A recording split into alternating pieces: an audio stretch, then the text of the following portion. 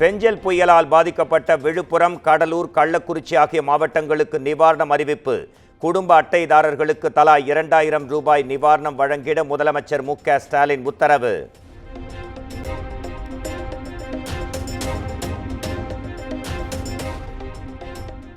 புயல் மற்றும் வெள்ளத்தால் உயிரிழந்தவர்களின் குடும்பத்திற்கு இழப்பீட்டுத் தொகையாக தலா 5 லட்சம் ரூபாய் வழங்கப்படும்.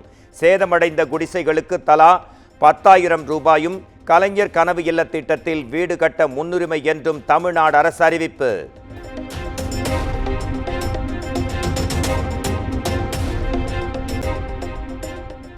%33 பாதிக்கப்பட்ட நெற்பயிர், பாசன பயிர்களுக்கு ஹெக்டேர் ஒன்றுக்கு 17,000 ரூபாய் நிவாரணம்.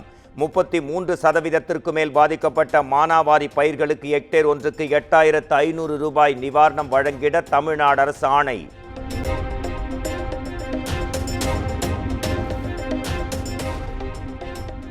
பெஞ்சல் புயலால் 50 ஆண்டுகளில் இல்லாத அளவுக்கு சேதம் ஏற்பட்டுள்ளதாக அமைச்சர் சேகர் பாபு விளக்கம். முதலமைச்சரின் துரித நடவடிக்கையால் சென்னை இயல்பு நிலைக்கு திரும்பியுள்ளதாகவும் பேட்டி.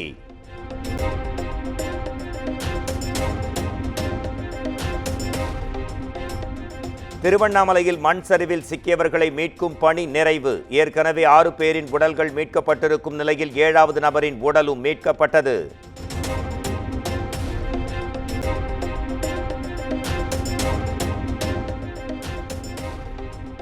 $40 லட்சத்திற்கும் மேல் பக்தர்கள் கூடினாலும் வெற்றிகரமாக திருவண்ணாமலை தீபத் திருவிழா நடத்தப்படும்.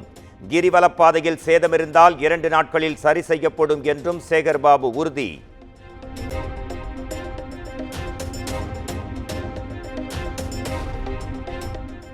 கடலூரில் மழை வெள்ள பாதிப்புகளை ஆய்வு செய்தார் துணை முதலமைச்சர் உதயநிதி ஸ்டாலின்.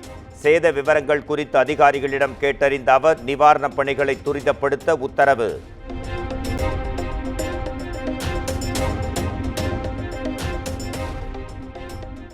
வானிலை எச்சரிக்கையை அரசு கருத்தில் கொண்டிருந்தால் சேலத்தில் பாதிப்பு ஏற்பட்டிருக்காது. மழை பாதிப்புகளை பார்வையிட்ட எதிர்க்கட்சித் தலைவர் எடப்பாடி பழனிசாமி குற்றச்சாட்டு.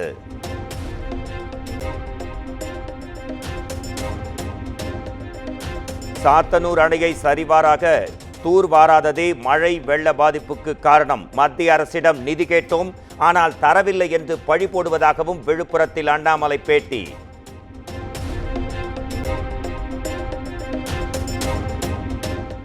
சாத்தனூர் அணையின் நிலை குறித்து 5 வெள்ள அபாய எச்சரிக்கை விடுக்கப்பட்டது. முன்னறிவிப்பு இல்லாமல் தண்ணீர் வெளியேற்றப்பட்டதாக சிலர் பொய்ச் செய்தி பரப்புவதாக அமைச்சர் துரைமுருகன் விளக்கம்.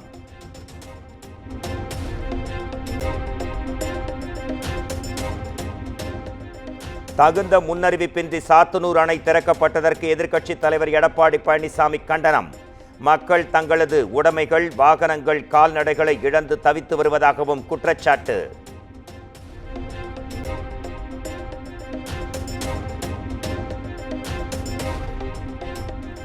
விழுப்புரம் அருகே சாலை மறியலில் ஈடுபட்டவர்களிடம் பேச்சுவார்த்தை நடத்தச் சென்ற அமைச்சர் பொன்முடி. ஆவேசமடைந்த மக்கள் அமைச்சர் பொன்முடி மீது சேற்றை வீசியதால் பெரும் பரபரப்பு.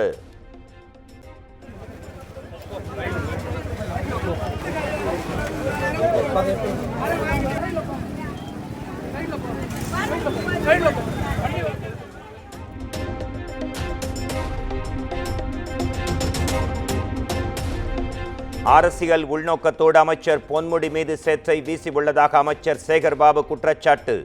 எதிர்ப்புகளை கண்டு அஞ்சாமல் மக்கள் பணிகளை செய்வோம் எனவும் பேட்டி.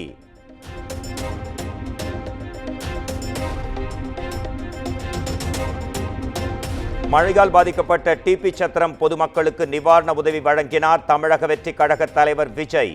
அரிசி, உடை உள்ளிட்ட பொருட்களை வழங்கினார்.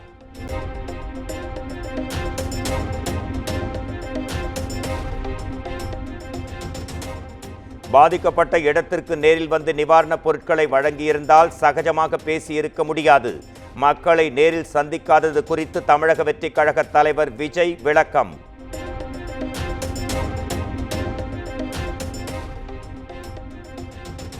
கனமழையால் விழுப்புரம் மாவட்டம் செட்டிக்குப்பம் ஏரி நிரம்பி வழிந்ததன் எதிரொலி. சென்னை புதுச்சேரி ஈசிஆர் சாலை வெள்ளக்காடான ட்ரோன் காட்சிகள் வெளியீடு.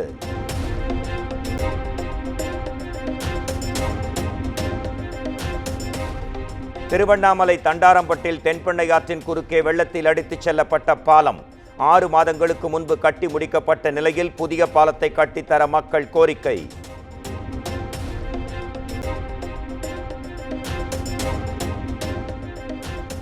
செங்கல்பட்டு மாவட்டம் காட்டாங்குளத்தூர் அருகே 100 ஏக்கருக்கும் மேலான வாழை மரங்கள் சேதம். சேத விவரங்களை தோட்டக்கலைத்துறை அதிகாரிகள் பார்வையிட்டு கணக்கெடுப்பு.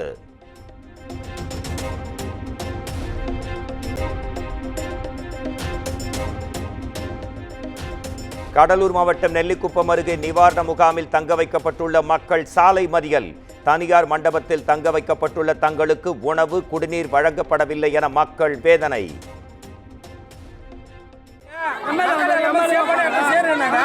மக்கள் எல்லாம் சேவ் பண்ணி இடத்துல வந்து சேர்ந்தோம். காலையிலேருந்து மணி 4 மணி ஆகுது. காலை டிஃபன் வந்து இப்படி வரைக்கும் சாப்பாடு தரல.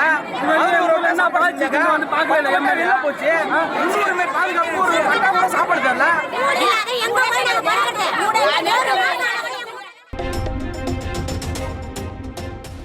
விழுப்புரம் மாவட்டம் விக்கிரவாண்டி ஒழுங்குமுறை விற்பனை கூடத்திற்குள் புகுந்த வெள்ள நீர். கிடங்கில் சேமித்து வைக்கப்பட்டிருந்த 2.5 கோடி ரூபாய் மதிப்பிலான விளை பொருட்கள் சேதமடைந்ததாக விவசாயிகள் கடும் வேதனை.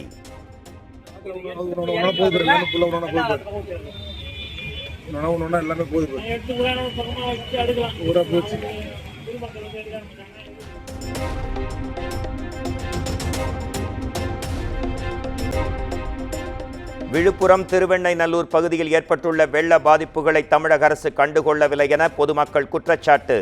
அரசூர், இருவேல்பட்டு உள்ளிட்ட 5 கிராமங்களைச் சேர்ந்த மக்கள் சாலை மறியல்.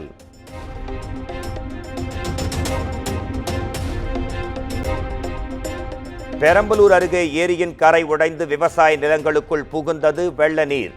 பொதுப்பணித்துறை கரையை பலப்படுத்தி நீர் வெளியேற்றத்தை தடுக்க வேண்டுமென்று விவசாயிகள் வலியுறுத்தல்.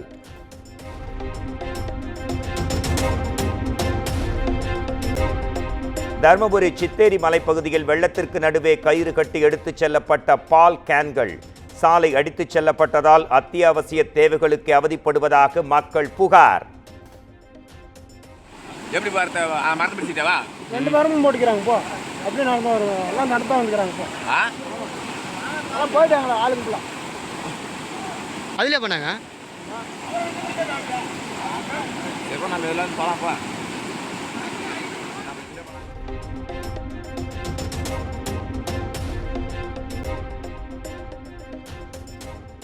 புதுச்சேரி அறுபடை வீடு தனியார் மருத்துவமனை மருத்துவக் கல்லூரியை வெள்ள நீர் சூழ்ந்தது. உட்புற நோயாளிகள் மற்றும் மாணவர்கள் உள்ளிட்டோர் கடும் அவதி.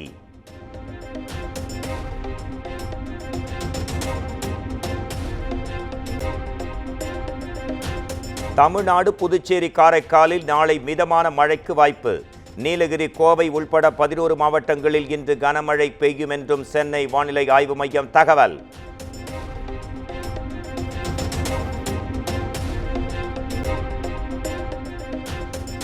ஜாஃபர் சாதிக்கை கட்சியிலிருந்து நீக்கிவிட்டதாக கூறி பொறுப்பை தட்டி கழிக்க முடியாது. திமுக அமைப்பு செயலாளர் RS பாரதி தொடர்ந்த அவதூறு வழக்கில் EPS பதில் மனு தாக்கல்.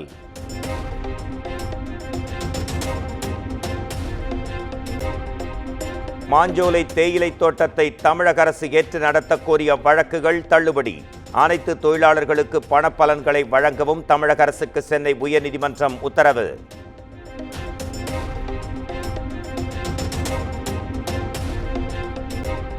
பொங்கல் பரிசு தொகுப்பில் சர்க்கரைக்கு பதிலாக வெல்லம் வழங்க உத்தரவிடக் கோரிய வழக்கு. தமிழ்நாடு அரசு தரப்பில் அறிக்கை தாக்கல் செய்ய உயர்நீதிமன்ற மதுரை அமர்வு உத்தரவு.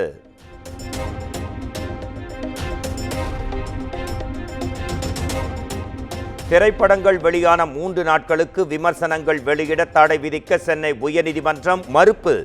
மத்திய மாநில அரசுகள் யூடியூப் நிறுவனம் பதிலளிக்க உத்தரவு பிறப்பித்து விசாரணை ஒத்திவைப்பு.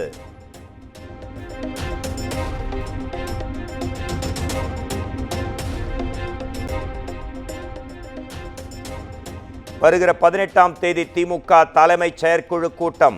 திமுக தலைவர் மு.க. ஸ்டாலின் தலைமையில் நடைபெறும் என கட்சியின் பொதுச் செயலாளர் துரைமுருகன் அறிவிப்பு.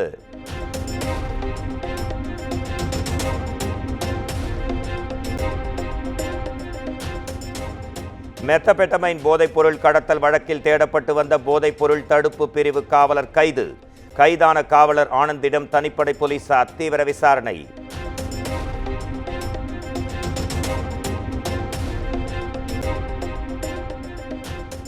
மக்களவையில் அதானி பெயரை எதிர்க்கட்சியினர் கூறியதற்கு பாஜக எம்பிக்கள் ஒட்டுமொத்தமாக எதிர்ப்பு.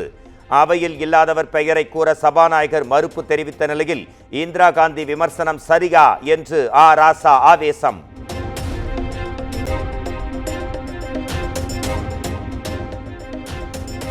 டெல்லி நொய்டா எல்லையில் விவசாயிகள் 2வது நாளாக போராட்டம்.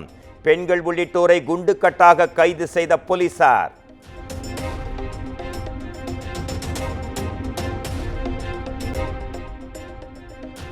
ஜம்மு காஷ்மீரில் லஷ்கர்-இ தய்யபா பயங்கரவாத இயக்கத்தைச் சேர்ந்த ஒரு தீவிரவாதி என்கவுண்டர் செய்யப்பட்டார்.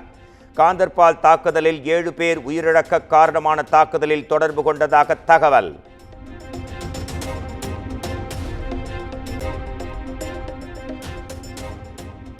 ஜம்மு காஷ்மீரின் ஸ்ரீநகரில் யூபர் படகுகள் அறிமுகம். 1 மணி நேரத்திற்கு 800 ரூபாய் கட்டணம் என்ற நிலையில் வரவேற்பு.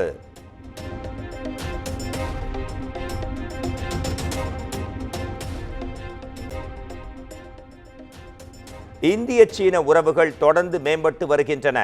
மக்களவையில் மத்திய வெளியுறவுத்துறை அமைச்சர் ஜெய்சங்கர் பேச்சு.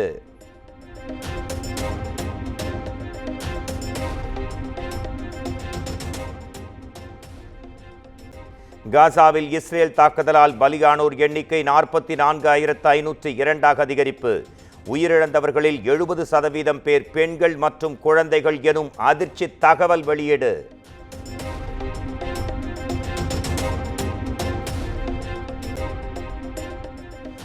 எஸ்.ஜே. அர்ஜுன் இயக்கத்தில் சிவா நடித்த சூது கவ்வும் பார்ட் 2 திரைப்படம். படத்தின் ட்ரெய்லர் வெளியாகி இணையத்தில் வைரல்.